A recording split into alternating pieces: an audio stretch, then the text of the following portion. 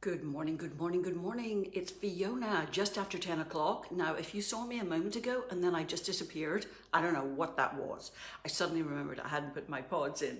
So it sort of skewed things. But look, we're here, we're good to go. Better late than never. We're talking about September, your breakthrough, what it takes to create a breakthrough. It's different than just ambling along life as normal. And I think that we get to create something better than before this September. This September is the most important September of our lifetime, I declare. Because we've had all this time, 18 months, of being told what's not possible. And restrictions and restraints and all that stuff. So this is the time that we get to come back to life, back to business better than before. Remind ourselves that we're in the driving seat of our life. We are the ones making the decisions, taking the actions, driving our life forward. So great to see you there. Hello. Hello, hello. I'm giving you a different view of my kitchen today. So you don't get to see all the hob, you get to see a bit of the window. I know, I must actually play with my little stand here and give you something more interesting to look at. Don't forget, I'm here every day. That's my commitment. 10 o'clock UK time. So yesterday's video was here on the page. Today, it's all about your motivation. Your motivation. Now, your motivation is what gets you out of the starting blocks. It gets you going. It gets you moving. But your motivation also keeps you going, sustains you along the way. Now, here's an interesting thing. Most people would assume that money was the biggest motivator. You know, everybody has that motivation, that need. It's an urgency to pay bills, keep going, all that good stuff. But could you be making the mistake of making money your primary motivator, and possibly it actually isn't? Now, there's two ways to look at motivation. I'm going to give you two ways in a moment, but I just want to make the point that if you're not connected to your true motivation, then you will not have the fuel to get going and to stay going, to keep going. Motivation, being connected to your true motivation, is your fuel to get going and to keep going. Now, I saw this for myself some years ago because when my son was born, I made this decision that money would never be a problem, that money would never be an obstacle. It would never stop him having the best start in life. Whatever that looked like. If he had to go to an expensive private school, he did, then that would be the case, you know? Just so happened that he was dyslexic, dyspraxic, so we did find this perfect private school, which was very, very expensive. But here's the thing. What I got to experience in making that commitment to something really important to me, my son getting this best start in life, what I got to see was this. When there's a real urgency to create money, I can do it. I will just pull it out of the bag. Ideas will come. I am more courageous. I will just make stuff happen. And then here's what happened. After the urgency had passed, after the private schooling was over, and I was pretty comfortable, guess what I did? I didn't do anything. I sat down on a sofa for 3 years and did actually very little. I know. And all the money that I had was gone. Equity out of my home, you name it. Because, I mean, maybe I needed a little bit of a break, but I don't think I needed 3 years. So here's what I saw. I saw that I had no motivation.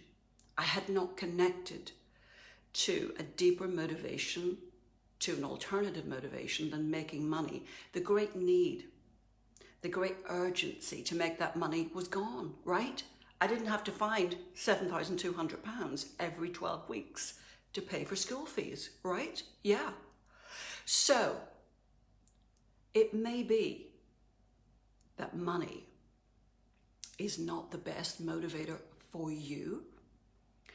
And if you have a great urgency to make money, what happens when you fulfill that need, right?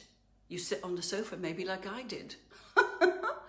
So I put it to you that it's possible you are a little bit like me, and that perhaps money is not actually your primary motivator. Because I got to see that, in fact, simply accumulating money and making money for the sake of it, just to pile it up in the corner or whatever, it wasn't really a big motivator for me. I'm not saying there's anything wrong with that, by the way. I'm just saying that I got to see it wasn't a primary motivator for me, the accumulation of wealth.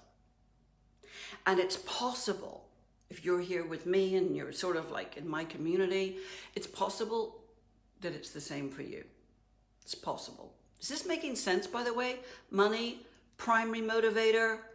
I know we get to make it when we really have to, when we have those bills, those responsibilities, those needs, those big reasons. But what happens if you don't have that great urgency, that great need, or you fulfill it? So, 2 ways to create motivation in your life. And by the way, why do I think motivation is a good thing? I think motivation is a good thing because you feel more alive when you are stretching to achieve a breakthrough, a change, great things in your life. Remember, we're all here to grow. We're all here to grow. There's no standing still. There's only decay or growth. So we're here to grow. So, having things that we're working on, that we're progressing, advancing ourselves is a good thing. It doesn't mean that we're not grateful for what we have. We're not thankful for what we have. It doesn't mean that at all. It means that we're growing, okay? So, 2 types of motivation. One type, I suspect you're already connected to, because I'm going to take a guess that you're generous people, that you're, heart-centered people. I'm going to guess that you want to make a difference in the world. Can I get a yes to making a difference in the world? That you want to make an impact, that you want to make a difference. You want to improve something, an area in the world, right? Maybe for other people, maybe for the planet, maybe for animals, whatever it is. So could I get a yes to making a difference in the world? I love that. So I believe that you come into this world with a little bag of unique gifts and talents that are yours and yours alone. That combo is yours and yours alone. Nobody else has it. So you get to bring those gifts and talents into the world for the benefit of the world and everyone in the world. That's a great thing. That's a great thing. Now, there's another type of motivation, and that motivation can often get overlooked. It can often get overlooked. I overlooked it for years. And when you aren't connected to your true, to a deeper motivation, to a deeper personal motivation. So let's say there's 2 types of motivation. There's personal, and then there's the public, right? The public is making a difference, making the world a better place, okay? So when you're not connected to that, shall we say, private motivation, here's what I think happens. You can either be motivated by money, because it's just like a universal motivator, right? Everybody has to make money. It's just a given. You could be mistaken for thinking that that is the key motivator. I made that mistake for years. I mean, it wasn't actually a mistake because I was driven to put a service into the world that people would value and pay me for. So that's fine. But when my urgency disappeared, so did my motivation. And I was left with a vacuum. I was left with a vacuum. I mean, I actually like to work. I actually like to be busy. I like to do things. I like challenges. I like to make things happen, right? And I felt once I'd fulfilled those key primary needs of making the money and ticking those boxes, I actually did feel something of a vacuum. I did. There was an empty space where that motivation had been. And I know you might think this is a bit strange, but it honestly just didn't occur to me that I needed to put something else in its place to feel motivated. It makes you feel more alive when you're connected to a deeper motivation. Because I was a little bit adrift for 3 years, not connected to a deeper motivation. So, how do you connect to a deeper motivation? Now, is this making sense, by the way? How do you connect to a deeper personal motivation? Okay, I'm coming to that in 2 ticks. I just want to see who's there. Heather, lovely to see you. Heather, happy birthday for yesterday. I hope you had a lovely day. Alan, lovely to see you there. Sarah, lovely to see you there. I love this. It's like Romper Room. You know, I grew up watching Romper Room in Northern Ireland. Kids program, not a scary film with Russell Crowe. And I'm sure you've heard me say before at the end, Miss Adrian, or sometimes Miss Helen, would have a magic mirror. This is for kids at home, obviously. Take out the magic mirror and then see all the girls and boys at home. So I love to do that and name the names. So how do you connect to a deeper motivation? First of all, it starts with you giving yourself permission. I know that might sound strange, but it's true. Giving yourself permission to connect to a personal motivation. I know that you're very used to being aware and connected to that public, out there, help the world motivation. That's beautiful. I love it. Keep that. But you also get to connect to a deeper personal motivation. It's not about being selfish. It's about you connecting to what's really important in your life, right? That allows you to drive it forward. Otherwise, what is the source of your drive? Yes, you can be a driven person, but what's the source of your drive? What's driving you, right? What's behind the drive? What's driving the drive? So, here's my invitation. Unless you're driving right now, take a pen and paper and write down a breakthrough. Doesn't have to be the ultimate breakthrough, but write down a breakthrough for September, because that's our theme, that's what we're talking about. So write down a breakthrough for September, or for the next 6 months, but just a breakthrough that's there for you, that you would like to create, that you would like to set up in your life, okay? Everybody got a breakthrough, a personal breakthrough that you would like to create in your life. Now, here's the $1 million question. Why? Why is that important for you? So, if you can, jot that down now. If you're watching this after the event is at work, jot that down. This will take a couple of minutes. Believe me, it will reap dividends for you. Now, ask yourself the question again, why? So whatever answer you came up with, why? Why is that important? Now you get to do this little exercise 7 times, at least. You get to go deep with the why. You get to keep inquiring within. It's a conversation you're having with yourself. You get to ask yourself, why is it important for me to create this breakthrough? Partly, it may include money.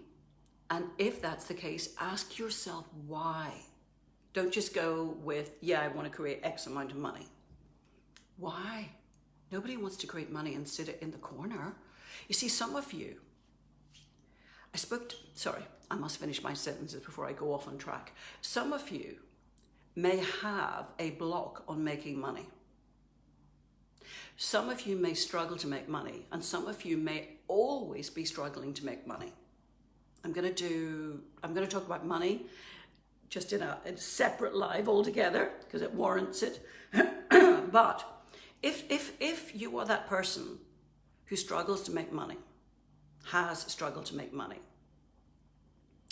it could be because you're not connected to your why for wealth. You're not connected to your why for making money. I spoke to someone the other day and she was just like this. Lovely person, but I could feel the money blocks. You know, she had so many money blocks. By the way, that's not a difficult thing to overcome. You probably need to get a little bit of help with it, but I just want to say the good news is you can do it. You can do it. It's not something that you're stuck with forever. It really isn't. Anyway, she had these money blocks. And here's what she did. She was always in a state of just making enough to get by. I mean, she wasn't living in poverty or anything, but it was always a struggle. There was never much left over. It was always just a constant. And she said the thing is, and she wanted to, you know, invest in getting my help with her business. And she said, here's the thing. I know I can make this money. I don't have it right now, but I really want to get your help. So I know if I have that figure in my mind that I need to make, I can go and make it. I know I can do that because that's what I do. Can you see that? Isn't that interesting? So she allowed herself to make enough money for what she really wanted, what she really needed, but there was never an abundance.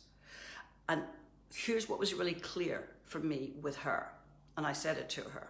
And I'm saying this now because it's going to be true for some of you here. Listen carefully to what I'm going to say. And by the way, I'm in this category as well.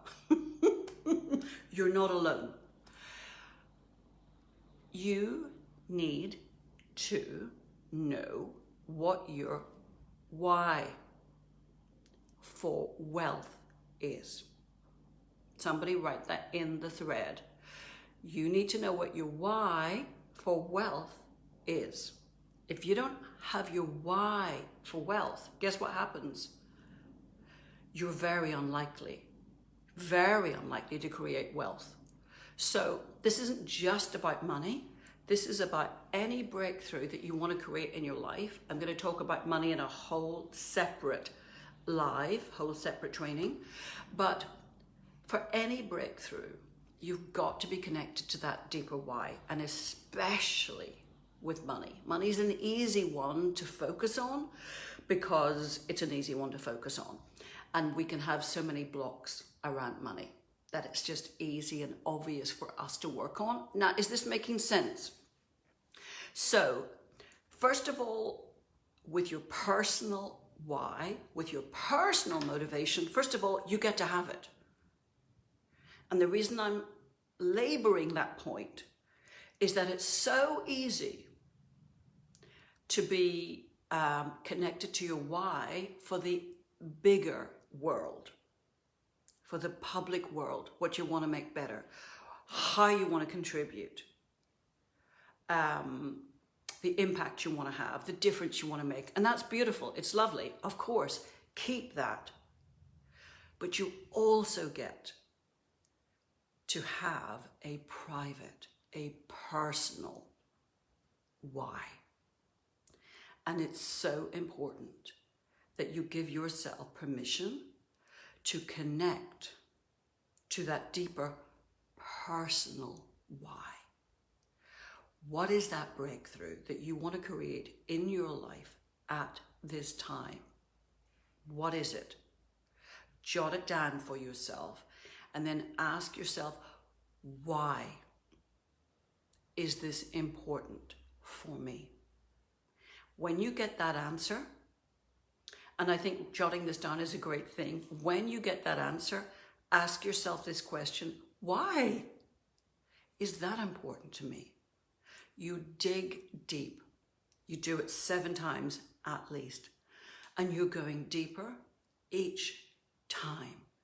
And you're getting more closely connected to you, to your deeper motivation. And, you know, you really deserve that. You really deserve it. Because look, if you aren't connected to that deeper motivation, you're robbing yourself.